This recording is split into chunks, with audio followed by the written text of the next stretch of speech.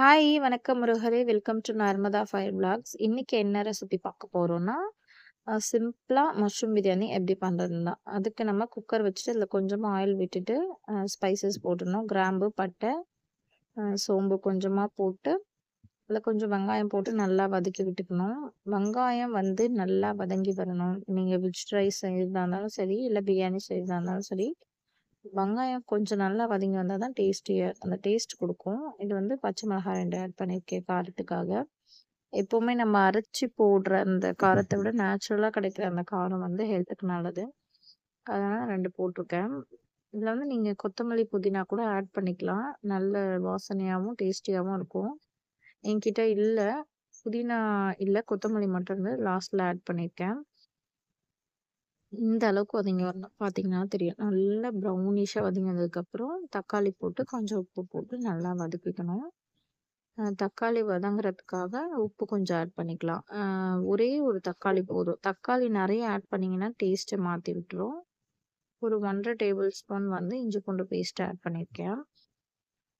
அத நல்லா போட்டு நல்லா வதக்கி விட்டுக்கணும். வதக்கிட்டே இருக்கணும். இல்லாட்டி இந்த இஞ்சி பூண்டு வந்து அடியில போய் அப்படியே அடி பிடிச்சிரும். இப்ப பாருங்க கிளீன் பண்ணி வச்சிருக்க மஷ்ரூம். இது எங்க வீட்டு சைடு வந்து ₹60 விக்கிறாங்க. உங்க ஊர்ல எவ்வளோன்னு சொல்லுங்க. ஒரு பாக்கெட்ல கவர்ல பேக் பண்ணியிருப்பாங்க இல்லையா? அது வாங்கி கிளீன் பண்ணி அந்த தோல மட்டும் எடுத்துறணும். எல்லாம் மண்ணா இருக்கும். தோல உரிச்சு எடுத்தது, அ சின்ன சின்னதா கட் பண்ணி வச்சிருக்கேன். அத ஆட் பண்ணி நல்லா கலரிக்கலாம். நல்லா வதங்குனதுக்கப்புறம் கர்ட் ஆட் பண்ணணும். கர்டு தான் வந்து மெயினு. கர்ட் இல்லன்னா டேஸ்ட் கம்மியா இருக்கும். இது கொஞ்சம் நல்லா அந்த ஆயில்ல ஃப்ரை ஆனதுக்கப்புறம் 1 கப் கர்ட் ஆட் பண்ணிக்கிறேன். இது வந்து 75 கிராம் இது. கர்ட் அப்படியே ஆட் பண்ணிட்டு நல்லா மிக்ஸ் பண்ணி விட்டோம்னா, அதுக்கப்புறம் நம்ம பிரியாணிக்கு தேவையான மசாலா ஆட் பண்ணிக்கலாம். கொஞ்சம் கரம் மசாலா, கொஞ்சம் பிரியாணி மசாலா, கொஞ்சம் வீட்ல அரைச்ச மிளகாத்தூள். இது மட்டும் தான் ஆட் பண்ண போறோம்.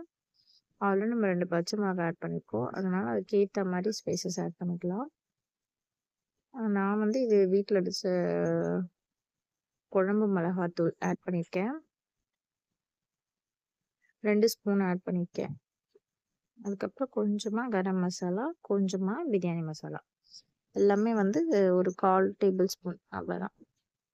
அந்த அளவுக்கு ஆட் பண்ணிட்டு நல்லா கலந்து மிக்ஸ் பண்ணி விடுங்க.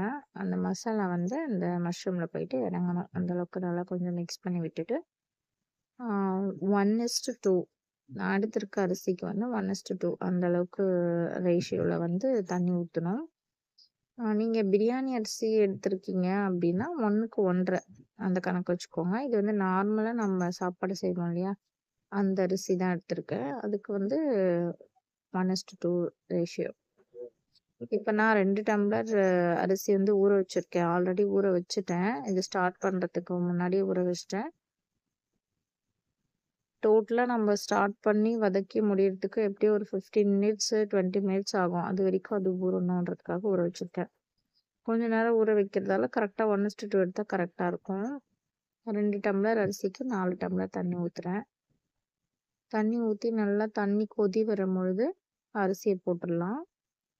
நான் அரிசி போடுற கிளிப் எடுக்கல சாரி. அரிசி போட்டதுக்கப்புறம் லெமன் பிழிஞ்சு விட்டு 2 ஸ்பூன் நெய் விட்டு கொத்தமல்லி போட்டிருக்கேன். அந்த கிளிப் மட்டும் எடுக்கல. அவ்வளோதான். போட்டு நம்ம மூடி போட்டு 3 விசில். 3 விசில் விட்டா தான் கொஞ்சம் நல்லாயிருக்கும் சாப்பிட. இல்ல 4, 5 விட்டோம்னா குழஞ்சிரும். 3 விசில் விட்டுட்டு 3 விசில் ஆஃப் பண்ணதுக்கப்புறம் எடுக்கிறேன் பாருங்க. யம்மியான, டேஸ்டியான, சூப்பரான மஷ்ரூம் பிரியாணி ரெடி. இதுக்கு நம்ம ரைத்தா வச்சுக்கலாம். சைட் டிஷ்க்கு முட்டை தொக்கும் பண்ணிக்கலாம். நான் அன்னைக்கு ரைத்தா மட்டும் செஞ்சிருந்தேன். பார்த்தீங்களா? நல்லா உதிரி உதிரியா வருது பாருங்க ஒட்டாம. இந்த அளவுக்கு வரும். ஓகே. ரெசிபி புடிச்சிருந்தா லைக் பண்ணுங்க. உங்களுக்கு என்ன பிரியாணி பிடிக்கும்ன்றதையும் கமெண்ட்ல சொல்லுங்க. சப்ஸ்கிரைப் பண்ணாதவங்க மறக்காம சப்ஸ்கிரைப் பண்ணிடுங்க. பாப்பாக்கு மட்டும் ஆம்லேட் போட்டு லஞ்சுக்கு குடுத்து விட்டுருந்தேன். லஞ்சுக்கு வந்து மஷ்ரூம் பிரியாணி, ஆம்லேட்டும், ஸ்நாக்ஸ்க்கு வந்து வாழைப்பழமும் குடுத்துட்ருந்தேன். சேனல் சப்ஸ்கிரைப் பண்ணாதவங்க மறக்காம சப்ஸ்கிரைப் பண்ணிக்கோங்க. பெல் ஐக்கானையும் கிளிக் பண்ணிக்கோங்க. நெக்ஸ்ட் ஒரு விளாக்ல பார்க்கலாம். பாய். See you.